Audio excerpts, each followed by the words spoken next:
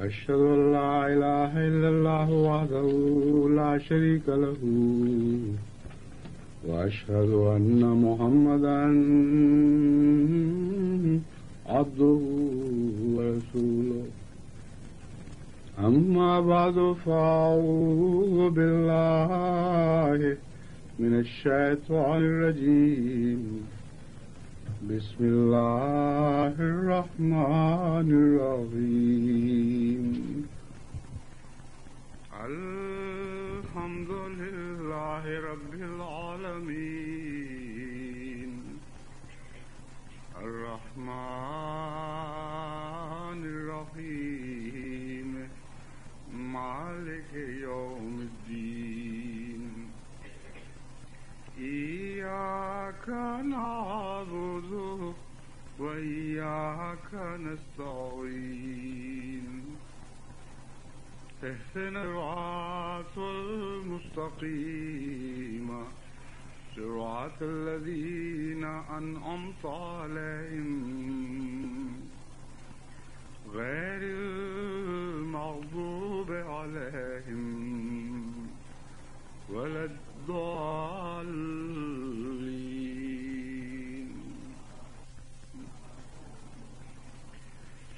گزشتہ چند جمعوں سے قرآن کریم میں مذکور دعاؤں کا بیان چل رہا ہے. Huzur says, for the last few sermons I have been discussing the subject of the prayers mentioned in the Holy Quran. And I have been reminding the Jamaat that when we say this prayer in the chapter Al-Fatiha, اهدنا الصراط المستقيم صراط الذين أنعمت عليهم غير المغضوب عليهم ولا الضالين, that is, that which is the path of the pious, that path which was followed by those on whom Allah had bestowed His blessings, then to overcome the difficulties of that path, to protect ourselves from the dangers of that path, and to win Allah's pleasure in that path, it is necessary for us that we should continue to say those prayers all our life, which were said by the pious people about whom the Holy Quran says that there were the people who were bestowed with blessings. Allah had bestowed blessings on them. So whose path you have sought, you will have to adopt their style. You will have to follow their methods. It is not possible that we should ask the path of those who were bestowed divine blessings and should adopt the style of Maghdube Alayhim group. Therefore, the most important thing which we see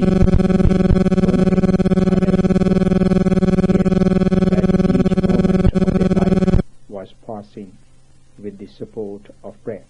At the time of each difficulty, at the time of each facility, in each happiness, each grief, they used to pray to God. As I began this prayer, I was prayers which are mentioned in the Holy Quran for the time of undertaking a journey. Today, I am addressing you in Paramaribo, the capital of Suriname, and I have to explain a few things again which I have already covered. Are a Jamaat who do not know Urdu very well. However, if I speak slowly and clearly, you can understand Urdu. Some among you know it well, and some others do not know so well. I am explaining this because as the sermon reaches most of the Jamaats throughout the world, they may wonder what has come over me, that I am explaining things again which they already understand. They should know that I am delivering this sermon in Paramaribo, the capital of Suriname, and sitting before me are children, the young and the old, and behind the curtain are ladies also. and I will have to progress explaining things according to their capacity. So I have mentioned this background again, that in each prayer we seek the path of those who were bestowed with blessings. In each prayer we recite chapter Al-Fatiha, and day and night we supplicate to God that, O Allah, guide us to the path of those on whom you bestowed your blessings. Save us from the path of those on whom you showed your displeasure. Then we will have to follow the style of those who were bestowed with blessings. And the most important thing is that the prayers they used to say, such prayers which Allah had accepted, such prayers which were loved by God. He so loved them that He revealed those prayers to His most beloved messenger, Hazrat Muhammad, the messenger of Allah, may peace and blessings of Allah be upon him, and preserved those prayers in the Holy Quran, which for the first time were taught to Hazrat Muhammad, the messenger of Allah, may peace and blessings of Allah be upon him. And there were some prayers which were not taught to the other prophets before him. So this is our great treasure, and we should benefit from this treasure. Now I will put before you a prayer of Solomon, which is mentioned in chapter 27, An-Naml, verse 20. He supplicates, Rabbi awzini an ashkura ni'mataka allati an'amta alayya wa ala walidayya wa an a'mala salihan tardahu wa adkhilni bi rahmatika fi ibadika as-salihin. That, O my Lord, awzini enable me, grant me power, خطبہ ان اشکر نعمتک, that I may be able to thank you for your blessings. It is a simple sort of prayer, the first part of which is, enable me that I may be able to thank you for your blessings. It is worth reflecting that whether it is a minor blessing or a major blessing, we say thanks and think that our duty is done. So what need did Hazrat Solomon have that he should ask Allah the method of expressing his gratitude, and should ask Allah also to give him capacity? The fact is that to show gratitude does not mean to say thanks by the word of mouth only. If someone were to do a great favor to you, he should take much trouble to do something for you.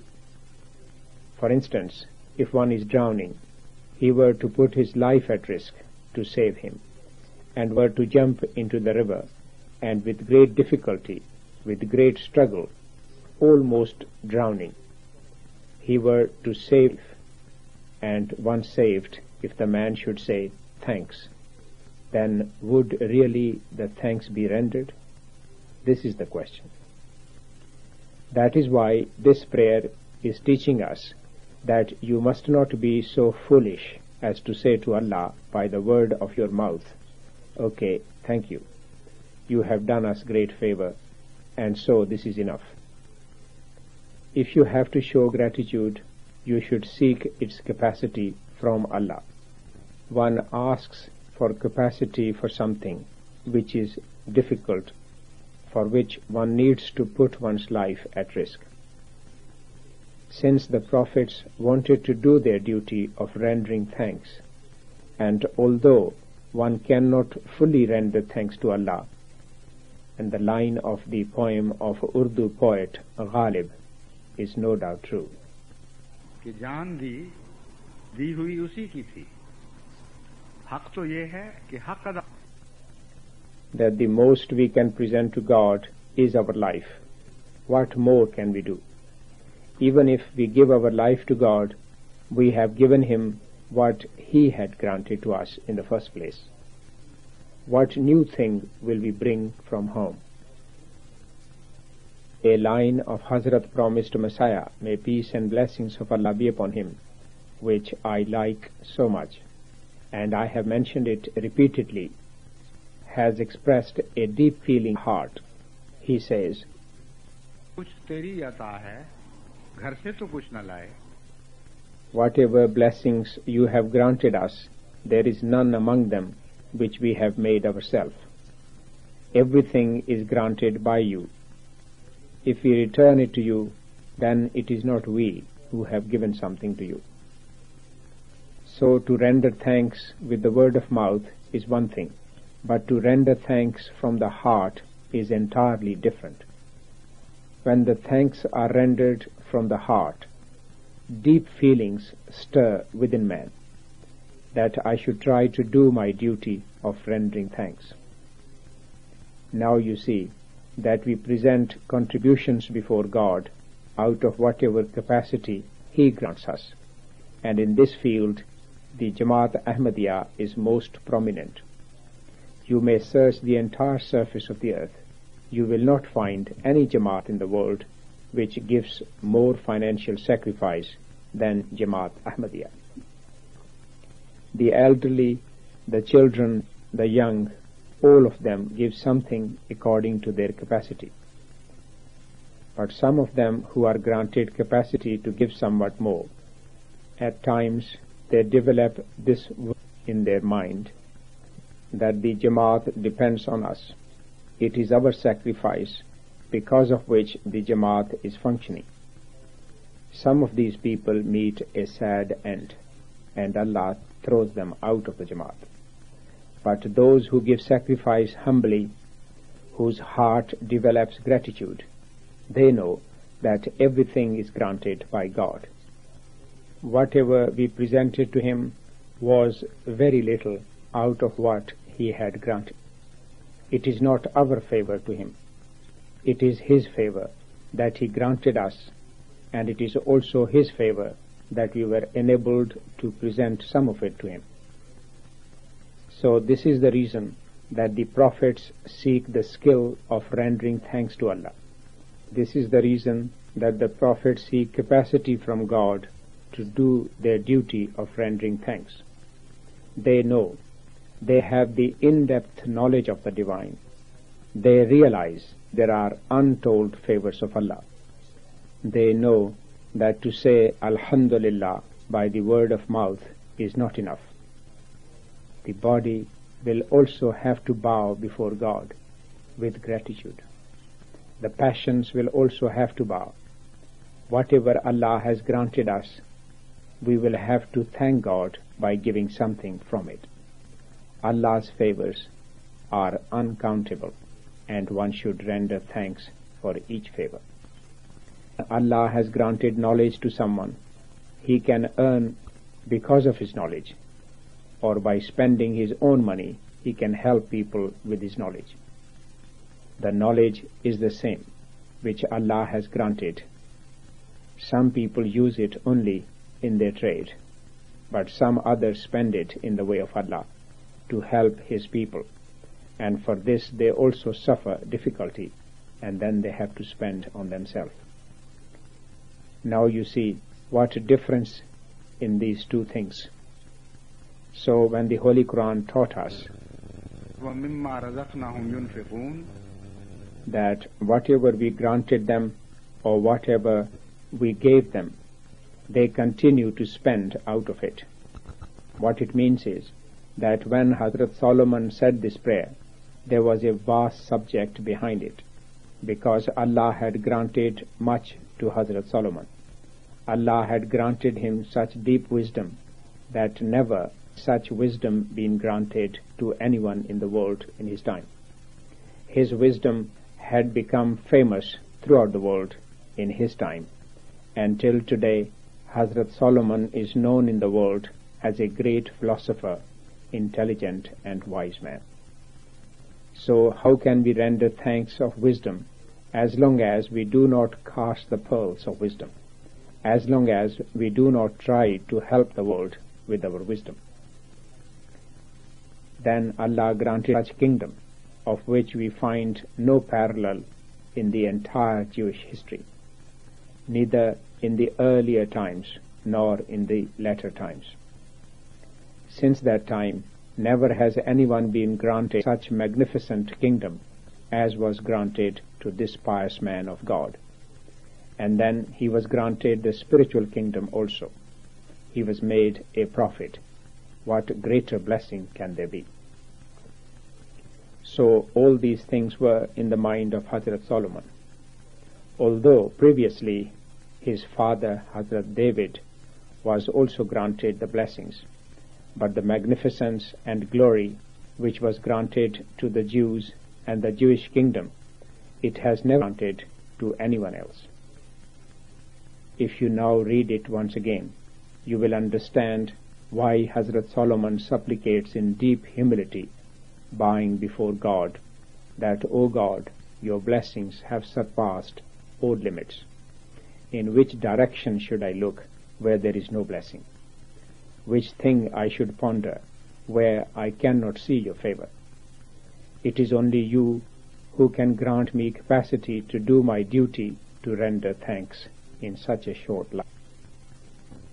Reflecting over these things, keeping this whole background in mind, if each one of us, young and old, should ponder over divine blessings and should submit humbly that, O God, whatever blessings you have granted me, give me capacity also that I may truly render thanks to you.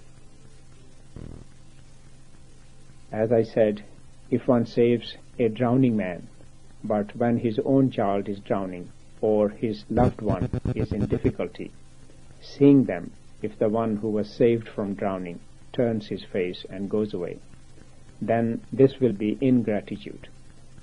It will be injustice. It is not enough that when he was saved he said thanks to the one who saved him. In no way can we repay Allah of his favors. He is the creator of the whole universe. He is the master of everything. He is the giver of life and grants all blessings. How can we ever thank him? There is only one way, that we should spend in his path. We should show favor to those people who are the people of Allah, and only Allah can provide us opportunity to do this favor. So this prayer has taught us much wisdom. Now you can see that many people of God are suffering. They are surrounded by all kinds of difficulty. Only yesterday we visited a school here which was founded by a kind-hearted Dutchman.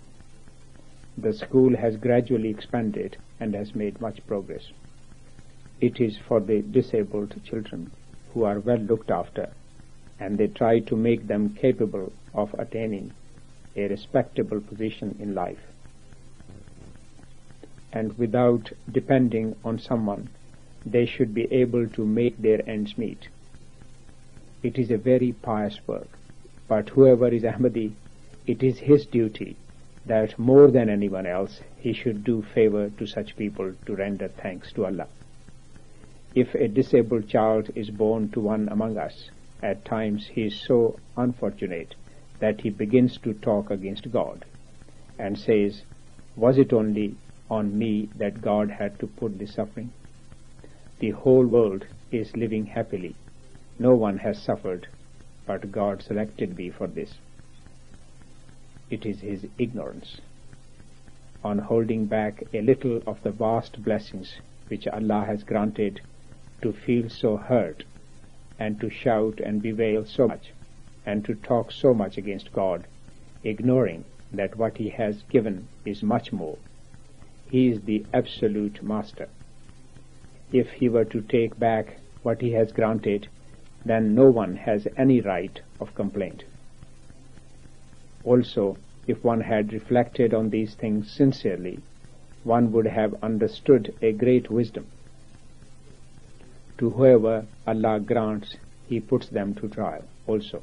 and He wants to see that those whom I have granted so much, do they try to thank me for it or not? God forbid. Allah cannot be disabled. Allah cannot be blind and without sight. If you who have been granted eyes will not serve those who are blind, then how will you render thanks to God?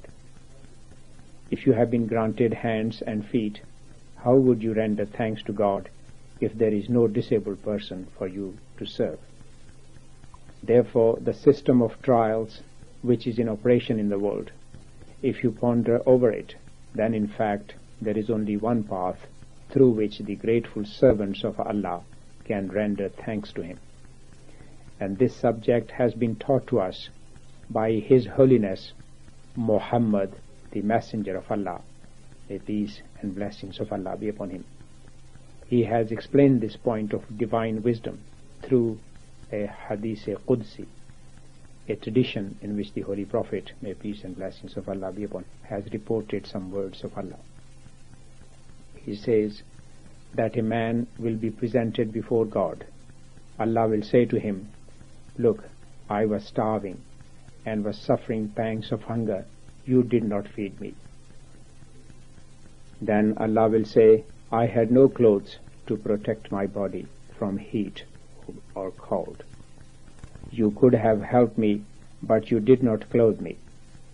I was without roof over my head.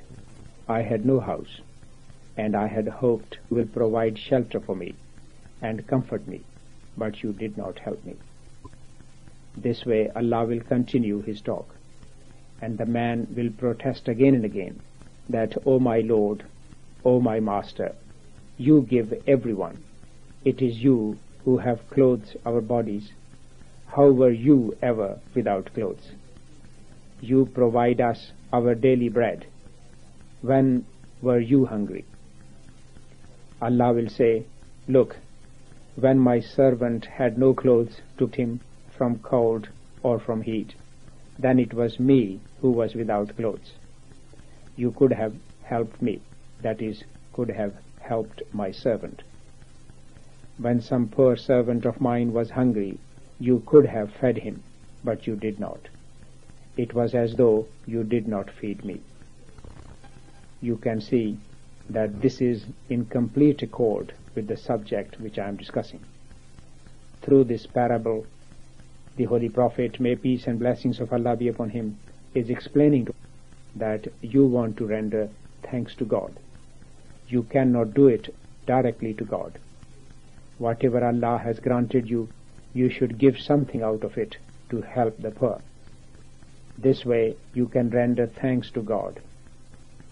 The more blessings one is granted, the more his responsibility to render thanks increases. The more he will have to pray. And the prayer of the prophets here taught us that even the men appointed on the high station of prophethood could not render thanks with their own power. If the prophets had this power of their own, that they could render thanks to Allah, then what need there was to weep and bewail and to supplicate to Allah that, "O God, teach us the method of rendering thanks." It shows clearly that the prophets had the in-depth knowledge of the divine and understood the divine secrets. They understood the secrets of wisdom and knew that if Allah did not enable us, we will not be able to do our duty to render thanks to Allah. For this prayer is so befitting as uttered by Hazrat Solomon, because Allah had bestowed untold blessings on him. So, in deep humility, bowing to Allah and fearing Allah, he supplicated, رب اوزعنی ان اشکر نعمتک التی انعمت علی, that, "O my Lord, enable me ان اشکر نعمتک, that I should be able to render thanks for your blessings, التی انعمت علی, for that blessing which you bestowed on me, and not only of that, but وعلی والدی, and it is necessary for me to render thanks for that blessing also which you bestowed on my parents. Now you must remember that this prayer has given us another pearl of wisdom. It is the duty of the children that they should render thanks on behalf of their parents also. Whatever blessings Allah had bestowed on their parents, they could not render thanks to Allah for all those blessings in their short life. Therefore, it became a debt of their children. The children of those parents also, who were Allah's pious servants and had passed their lives rendering thanks to Allah, should realize that it is the favor of parents on us. We can repay that favor only in this way, that whatever good works they used to do, we should continue those good works. Whatever favor Allah had done on them, we should present thanks before Allah on their behalf. So how great a prophet Hazrat Solomon, may peace and blessings of Allah be upon him, was, and what deep wisdom and knowledge of the divine he used to talk.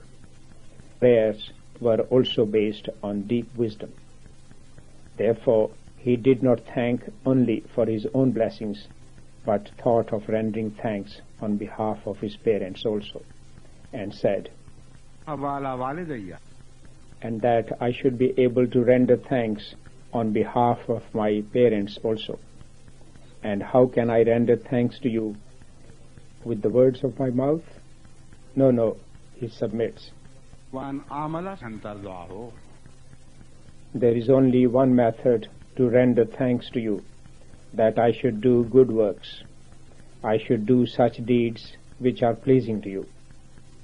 Here it has explained another method of rendering thanks, that one render thanks to please someone. And Allah is not pleased just with the word of mouth. Allah is pleased with good deeds. So he supplicates to God that enable me to do such good deeds, that if your glance falls on it, you should become pleased and say that look what good deeds my servant Hazrat Solomon is doing, in what good works he is engaged in, and wants to please me. Hazrat Solomon submits that you should look at me in such a way that the glance of your pleasure should fall on me.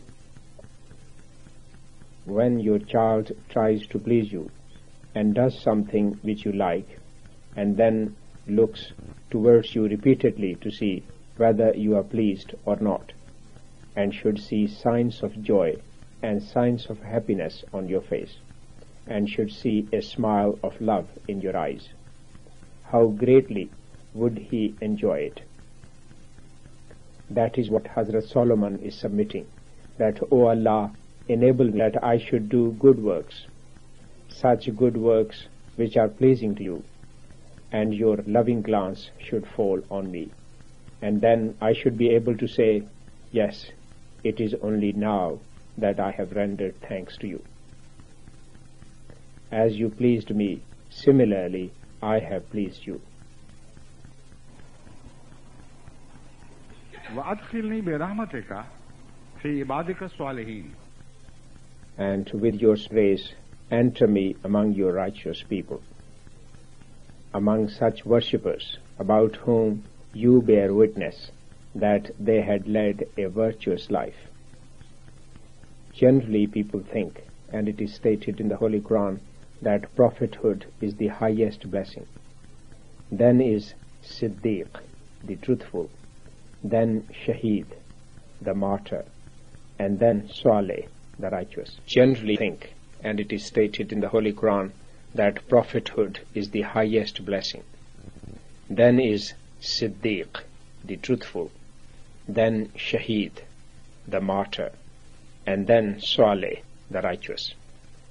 And they think that Saleh is the lowest station, and is a lower station than the prophets.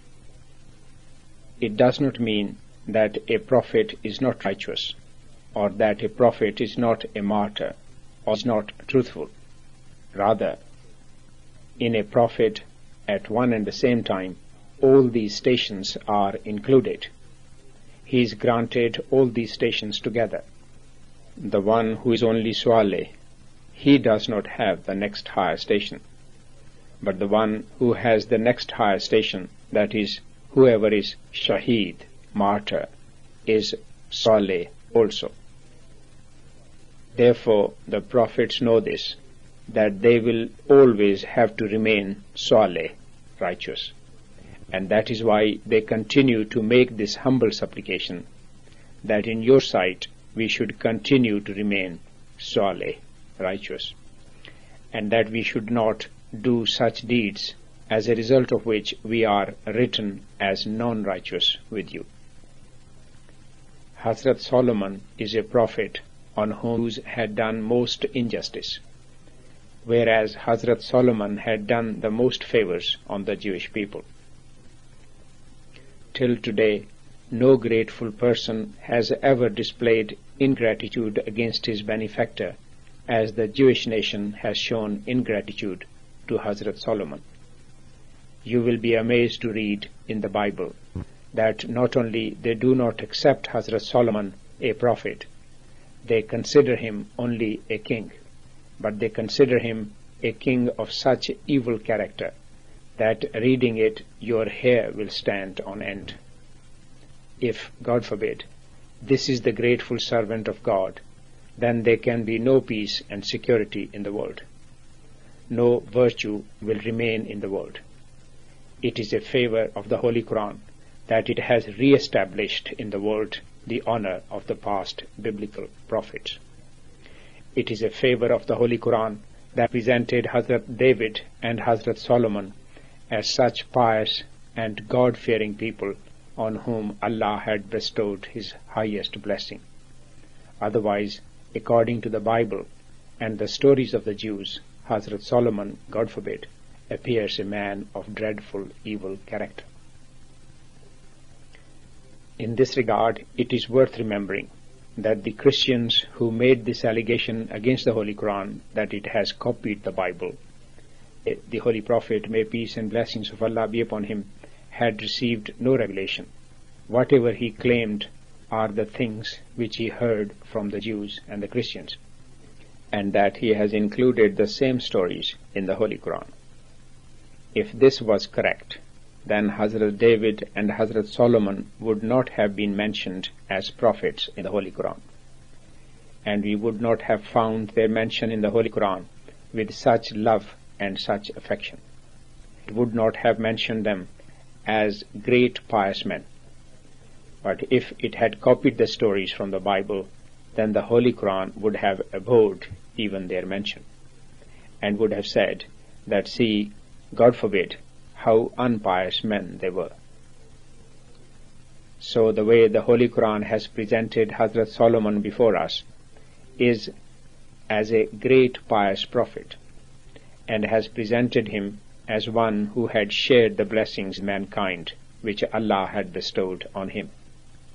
Opposed to that, when you read the Bible and read the opinions of the scholars of the Bible, you are amazed that how the people are so unjust and concoct such extreme allegations against their prophets.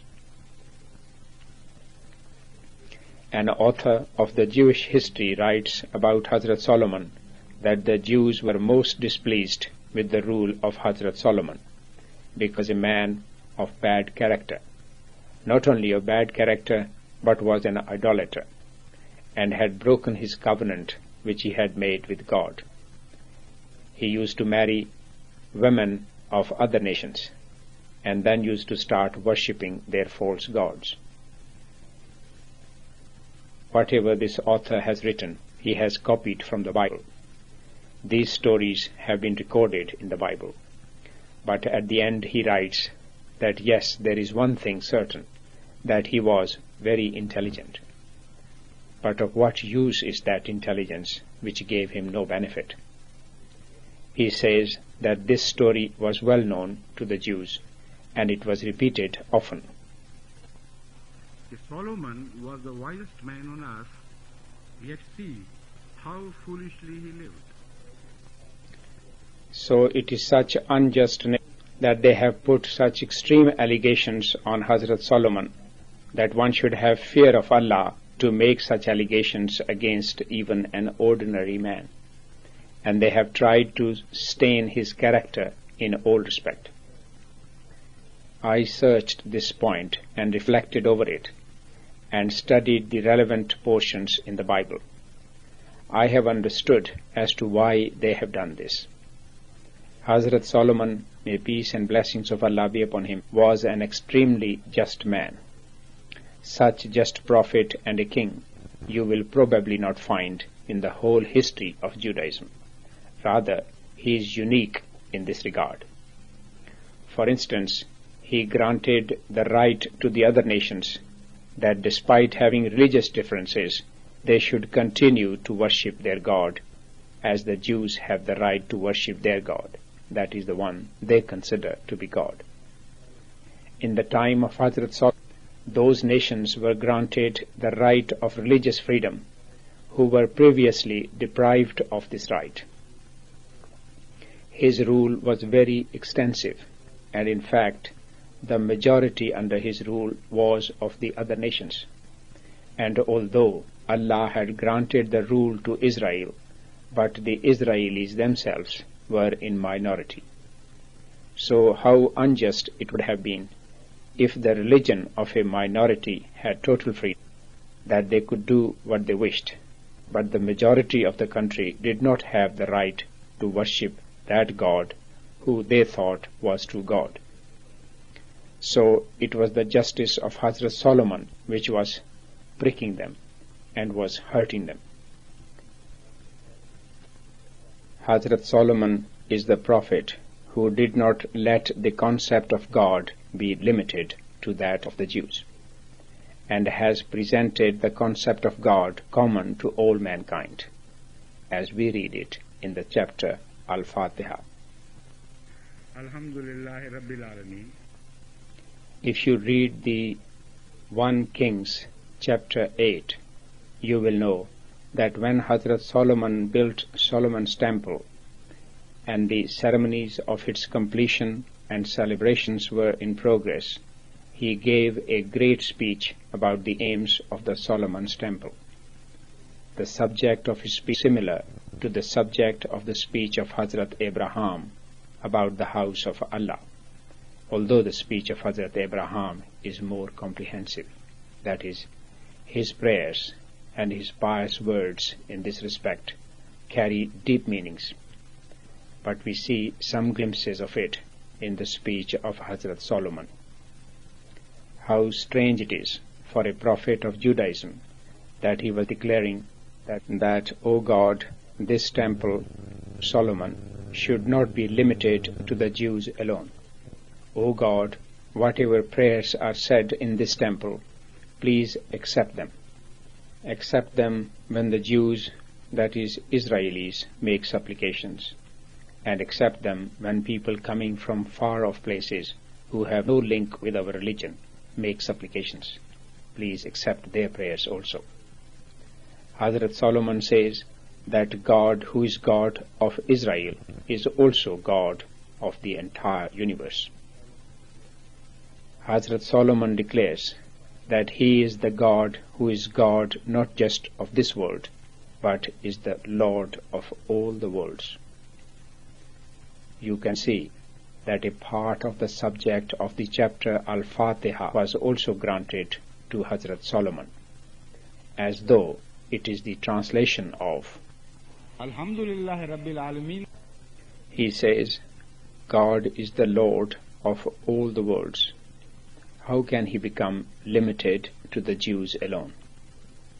So he continued to supplicate to Allah when all the Jews, the pious and unpious, and great and small, were all assembled there, and they were all saying Amen. I joined him in his prayer that, O God, make this house common for all. Make it blessed for all the people. All mankind, whoever should attend it, should receive your grace and mercy.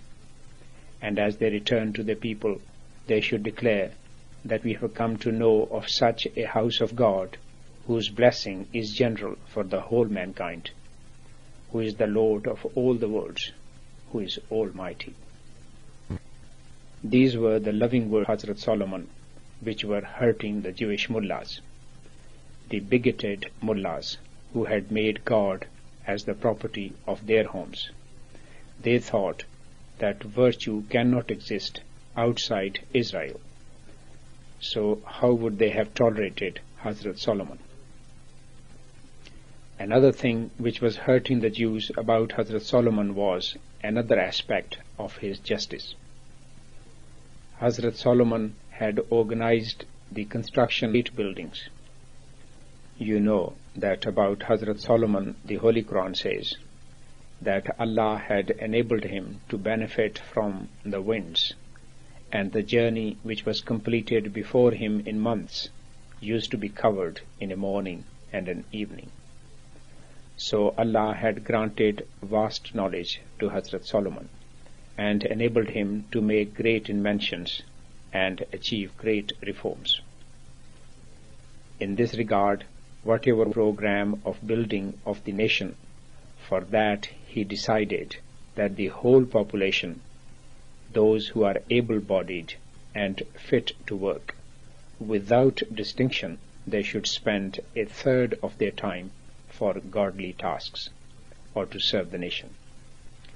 It was as though a declaration of national dedication. We learn from this third part that the custom which we have, or there is a tradition that one should not give more than 1/3 in the way of Allah. That is, Allah is not pleased that you should take away the right of your children and your family, and permits you to spend up to 1/3 part of your wealth in the way of Allah. It is not a new custom, but is an ancient custom. Hazrat Solomon was also taught this point of wisdom, that you should take work from people in such a way they will have 2/3 of the time for themselves, and 1/3 will belong to the nation. The custom before Hazrat Solomon was that the Jews were considered exempt from the service. They used to think, we are a ruling class. As when Dutch used to rule here, they did not do such hard work as they made you to do, or they made those Africans do the work whom they had brought here as captives. They used to roam as kings. The English used to treat the Indians or the Africans the same way. So from the beginning, this was the law which was in force, that the Jews are a ruling class. They are not required to do hard work, but the nations who have been subjugated, only they will be required to work for the nation 1/3 of their time. It is a great justice of Hazrat Solomon that for the first time he changed this law and said that the Jews will give their time in exactly the same way as the other nations will give. In this country there will be no difference between us. Justice will apply here, and a perfect justice will work here. How great a prophet he was! What revolutionary verdicts he was giving! Such a great benefactor, but the Jews rewarded him in the most unpious way. Annoyed of these steps, they made filthy attacks on him. Since he gave the right of worship to others, they began to allege that he was an idolater and used gods of other nations. The reason they gave was that he married many of the women of other nations, and it is said, which is of such extreme ignorance that a man cannot accept, that he had 700 wives, and even those he did not consider were enough. In addition to them, he took 300 concubines also. Thus, they allege that Hazrat Solomon had 1,000 wives.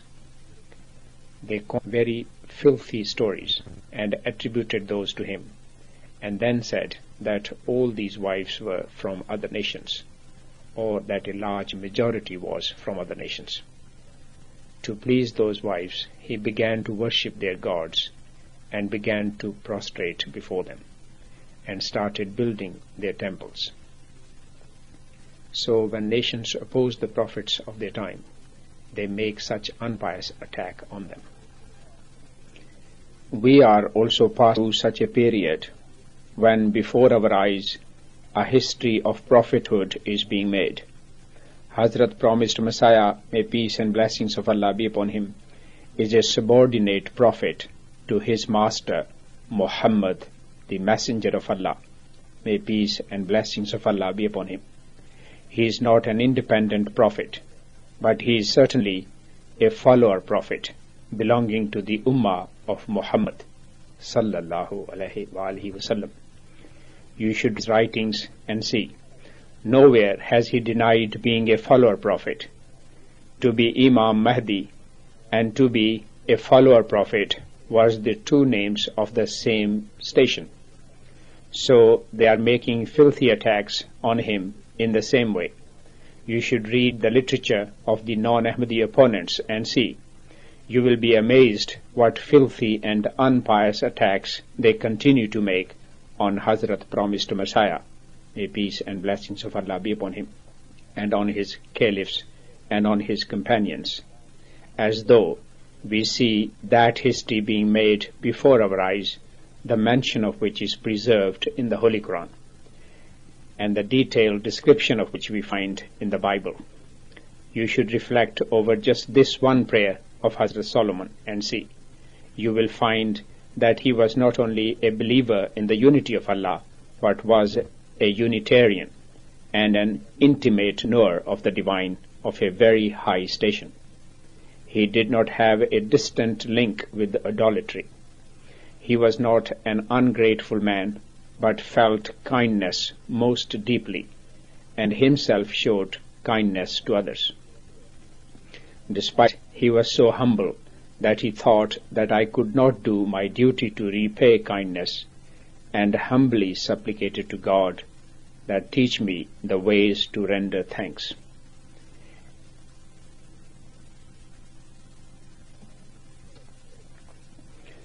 As it is getting late, I will stop at this, and I will inshallah discuss the rest of the prayers in whichever country I will deliver my next sermon. I expect from you that you should make it that your new generation should regularly listen to these sermons or read them, or you should explain to them. These sermons of the Caliph of the time are being delivered with the aid of the present new inventions granted to man by God, and thus are spreading throughout the world, and the Jamaats throughout the world hear them directly and benefit from them and are becoming one nation, and means are being created to make it a nation. Therefore, whether they are the Ahmadis of Fiji or the Ahmadis of Suriname or Ahmadis of Mauritius, China or Japan, and whether they are Ahmadis of the Soviet Union or of America, if they will listen directly, they will receive spiritual training in exactly the same way. They will all become one nation, even if outwardly they belong to different nations. Their faces and skins will be of different colors, but of their heart will be the same. Their looks and facial features will be different, but the feature of their soul will be the same. They will become such spiritual persons who will be chosen people in the sight of Allah, because they will be receiving their spiritual training in the light of the Holy Quran, and will be sharing the light of the Holy Quran. In your country, Suriname, I have seen many dangers with respect to spiritual training. This is such a place where the African temperament, which is inclined to singing and dancing, and unchecked amorous love, and drinking of alcohol is spreading extensively, and such social life is prevailing here. Here it is not just unveiling, but unveiling is slipping further into shamelessness. They have such fashions here which exhibit women in such a way that it puts burden on the nature of man and creates resentment. Living in such a place, Ahmadi parents should worry for their daughters and should worry for their young generation. And in such an unchecked society, as long as you will not give spiritual training to your children right from the start, until then no surety can be given of their moral values. For a time they will remain your children. Then they will become the children of the society. Then they will become the children of this nation. Your wealth will slip into his hands.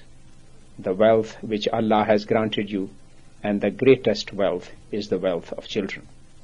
If you lose your lifelong earning in one day, how much pain you suffer. But you must remember that more than the wealth of children, there is no other wealth of the world. If your children slip from your hands, then your lifelong earning is slipped out of your hands. You should worry about it. And in this regard, I remind you that you should regularly hear the sermons yourself and explain them to your children also, because they discuss the Holy Quran and the high morals of the Holy Prophet sallallahu alaihi wasallam. And as the admonition is presented from the writings of promised Messiah alayhi salatu wasalam, therefore they are a good means of spiritual training, and your new generation will inshallah develop a deep personal relationship with the Holy Quran, with the faith, and with Muhammad, the messenger of Allah sallallahu alaihi wasallam, and with Hadrat promised Messiah alayhi salatu wasalam.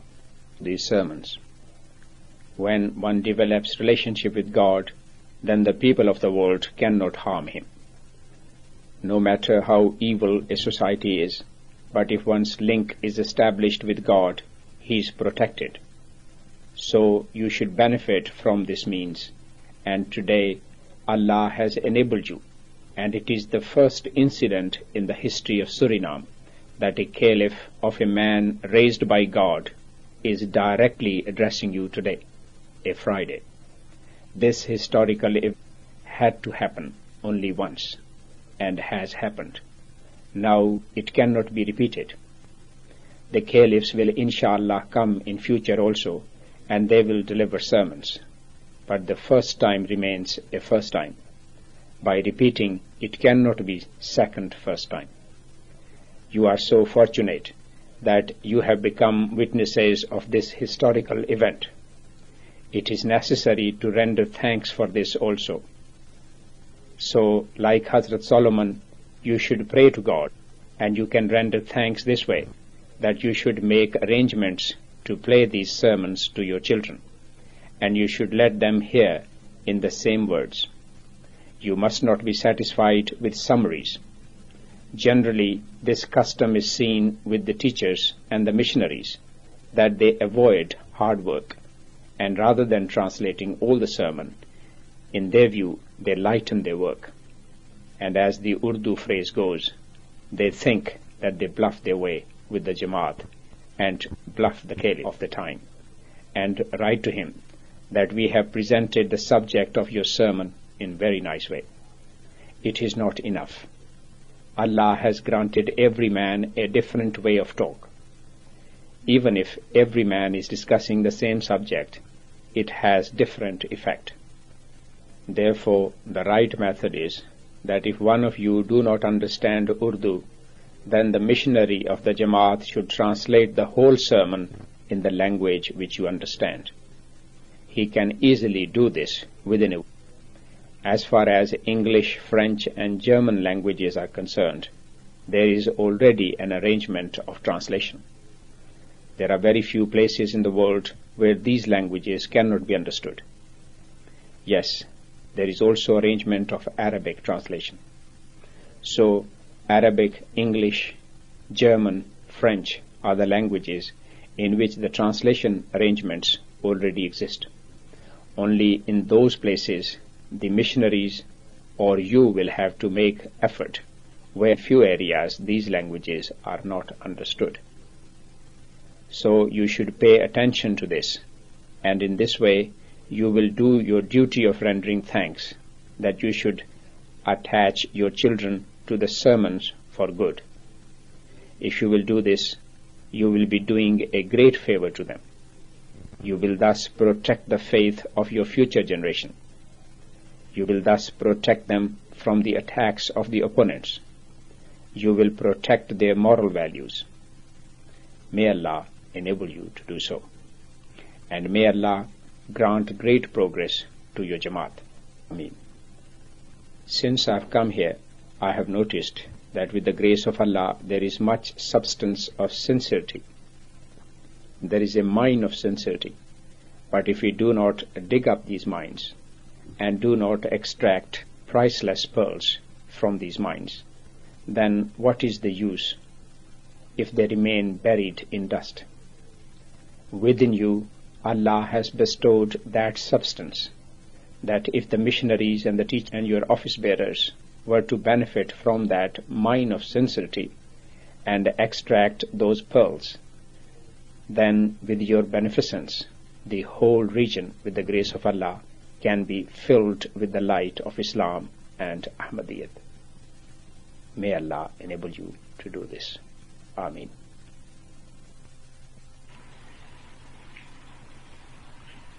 لله نحمده ونستعين ونستغفره ونؤمن به ونتوكل عليه ونعوذ بالله من شرور أنفسنا ومن سيئات أعمالنا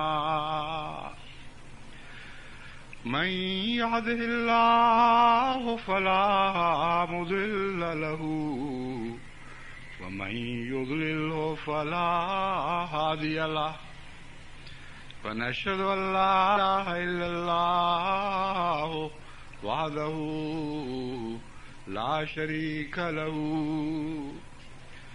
ونشهد أن محمدا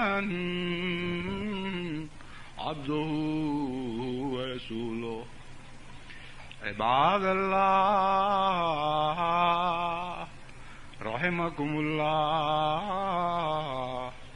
إن الله يأمر بالعدل والإحسان وإيتاء ذي القربى وينهى عن الفحشاء والمنكر والبغي يعظكم لعلكم تذكرون